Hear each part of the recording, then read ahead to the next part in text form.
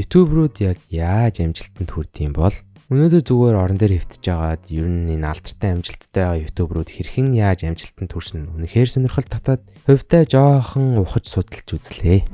Subscribe дараад enjoy the video. Шаймэлээ. Бид бүхэн цүүнийг No Backpack Day, Ome TV, Snack Review болон влогуудаар нь нэлээд сайн мэдэх байх тийм үү? Шаймэлээ анх YouTube-ээ 2020 оны 5 сарын 28-нд нээсэн юм байна. Харин анхны бичлэг болохоор 2021 оны 9 сарын 11-нд Japan Snack туршиж байгаагаар эхэлсэн байна. Тухайн үедээ жирийн нэгэн snack review, vlog, lifestyle content чиглэлээр үсэж байсан бөгөөд тийм хурдтай биш ч тодорхой хэмжээнд тогтмол оновчтой өсөлтийг үзүүлсэн. Та бүхэн бүгдээрээ анзаарсан бол 2021 оноос хойш snack review гэдэг зүйл бүр үнэхээр Монголын YouTube салбарт цөөлж эхэлсэн. Угаасаа хоол, snack энэ төр турших бол өөрөө амар сонирхолтой сэдв. Mukbang, хоол идэ, сайхан оллоорой гэж зөндөө алдартай YouTube контент байгаа. Та нар дунд хэрвээ YouTube хийхийг хүсээд яг ямар чиглэлээр хийхээ мэдэхгүй бол snack review, mukbang, ASMR чиглэлээр хийгээд үзээрэй. Батны үзэлт авах үйц контентууд гэх юм уу да. Шаймэлэгийн хувьд анхны бичлэгээрээ Japan Snack Review хийсэн нь яг л нүдэ олсон бичлэг болсон.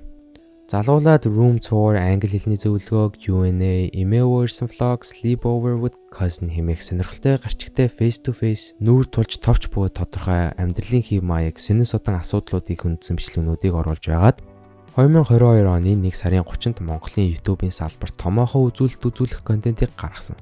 Тэр нь Going on Omegle орж үзв. Энэхүү бичлэг нь өнөөдрийн байдлаар 600,000 үзэлттэй байгаа. Та нар гайхчихж магадгүй. Яагаад бусад сая үзэлттэй бичлэгнүүд нь биш энэ бичлэгийг амжилтанд хүрэхэд нь хамгийн том нөлөө олсон бэ гэж. Яагаад вэ гэдэг нь маш энгийн. Тухайн үедээ Omegle буюу Ome TV дээр зөвхөн монголчууд гэлтгүй тодорхой хэмжээнд нэртэй устай гадаад YouTube-рууд ихээхэн амжилтыг олж исэн. Omegle дээр prank хийх эсвэл Omegle дээр ямар нэгэн сонирхолтой үйл явдлуудыг харуулах нь өөрөө айгүй том контентын салбар чиглэл жанр болсон. Товчхоноор бол энийг Монголд илүү оновчтой оруулж ирсэн гэх юм уу? Бас дээрэс нь Монголд эмэгтэй хүн Ome TV дээр орж сонин содон хүмүүстэй ярих нь өөрөө учир битүүлэг бөгөөд нэлээд сонирхол татаад тренд болох боломж бололцоог бүрдүүлсэн байна. Угаасаа эмэгтэй хүн иймэрхүү зүйл ашиглах нь ховор байж болно. Ome TV ороод 9 эрэгтэй нэг эмэгтэйтэй таарах ч үе зөндөө бий. The odds are in girls' side байхгүй юу? Бас өнөөдрийнх шиг тэр болгон Omegle Ome TV дээр монголоор бичлэг хийгээд гаргасан хүмүүс байгаагүй болохоор нэлээд түлхэж золж өгсөн. Хүн бүр шинэлэг үзэх зүйлсийг үргэлж хайж сониучрахж байдаг. Яг Omegle-ийн талаар бичлэг хийх үеэр нь хүмүүс Omegle-ийг нэх их хараагүйсэн болохоор сонирхлын ч татсан, сэдвэнч гоё байсан. Яг зөв цагтаа зөв санаагаа олж бусдаас онцгойж гарч ирсэн нь өөрөө хамгийн том амжилт болсон байгаа юм аа. Дараагийн бичлэгээрээ Шаймэлээ A Day in My Life гэдэг бичлэгийг нийтэлсэн байна. Энэ бичлэг нь өнөөдрийн байдлаар 1.1 сая үзэлтийг авчээ. Target audience буюу зорилтод үзэгчдэд тодорхой хэмжээнд хүрээд өөрийн амьдралын талаар оруулж игэл жирийн найрсаг байдал нь үзэгчдийн улам илүү ихээр татаад үүнээс цаашаа гаргасан бичлэг болгоно YouTube-ийн алгоритм дөртөж 3 жилийн турш тогтмол бичлэг хийснээр өнөөдрийн энэхүү амжилтанд Шаймэлээ нэгсэндээ хүрсэн. Бид бүхэн эндээс яг юуг ойлгож болох вэ гэвэл 3 зүйлийг ойлгож олно. Нэгт нь болохоор Шаймэлээ зүгээр бодоод өнгөрөөгүй яг л бодсон сансан зүйлсээ ажил хэрэг болгосон. Instagram Stories скриншотуудаас нь харуул яг л хийсэн, хичээсэн байгаа. Зөндөө хүмүүс би хийнэ, би ингэнэ, би тэгнэ гэж хэлчихэд ямар ч үр дүн гаргадаггүй. Байдаг л асуудал.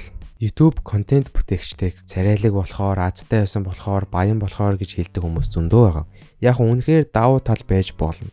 Гэхдээ хоёр гарнаасаа ямар нэгэн үр өгөөжтэй ашигтай зүйл гаргаж ил байвал энэ бол өөрөө айгүй том ялалт болно. Шаймэлэгийн хувьд бол үнэхээр бичлэг хийсэн байна, хичээсэн байна, нийтэлсэн байна. Хоёрт нь болохоор тууштай байдал. Тууштай авахалчтай байдал нь заавал өдөр бүр апплод хийх, өдөр бүр нэг бичлэг гаргах гэсэн үг ердөөсөө биш. Яг тодорхой хэмжээнд давтамжтай бүтээн байгуулалт хийх нь л өөрөө тууштай үнэнч байгаа гэх.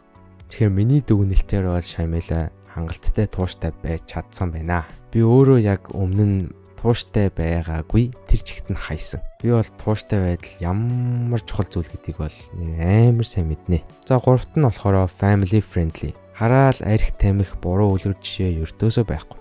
Шаймэлгийн контент бол хэн бүхэнд нээлттэй, өөрийн зүрх сэтгэлээсээ гаргаж ирсэн онцгой бүтээлүүд мөн.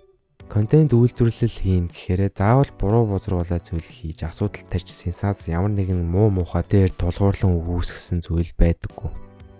Яг хүмүүсийн нэг common misconception буюу нийтлэг буруу ойлголт нь лайв хасаагаад л хэрүүл хийчих эсвэл ямар нэгэн хэрэг prank хийгээд ч юм уу од олно гэдэг.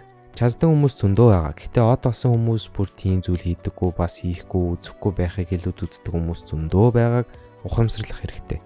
Family friendly байвал хөгшин залуугүй чиний контентыг үзнэ. Хөгшин залуугүй чиний контентыг үзвэл нэлээд олон хүмүүс үзнэ. Олон хүмүүс үзэх юм бол алгоритмд чи хангалттай өртөнө. Алгоритмд өртснөөрөө хүмүүс чамайг амархан олно. Ийм л ингийн. Юм бүхэн мэдээж хоёр талтай. Shyamalan-ийн channel бол family friendly байгаараа маш том давуу талыг бүрдүүлдэг байна. За эцсийн дүгнэлтэнд бол зөв цагтаа тууштайгаар хичээн зүтгэснээр өнөөдрийн энэ гайхалтай YouTube channel бас fan base-ийг бүтээсэн юм байна. YouTube контент хийхэд тренд, алгоритм, target audience гэж зөндөө сонирхолтой асуудлууд бий. Өнөөдөр хэдүүлээ Shyamalan-ийн талаас өнгөцгөн харлаа. Дараагийн бичлэгээр илүү олон YouTuber-үүд дээр сонирхолтой яриагаа өргөжлүүлцгээе.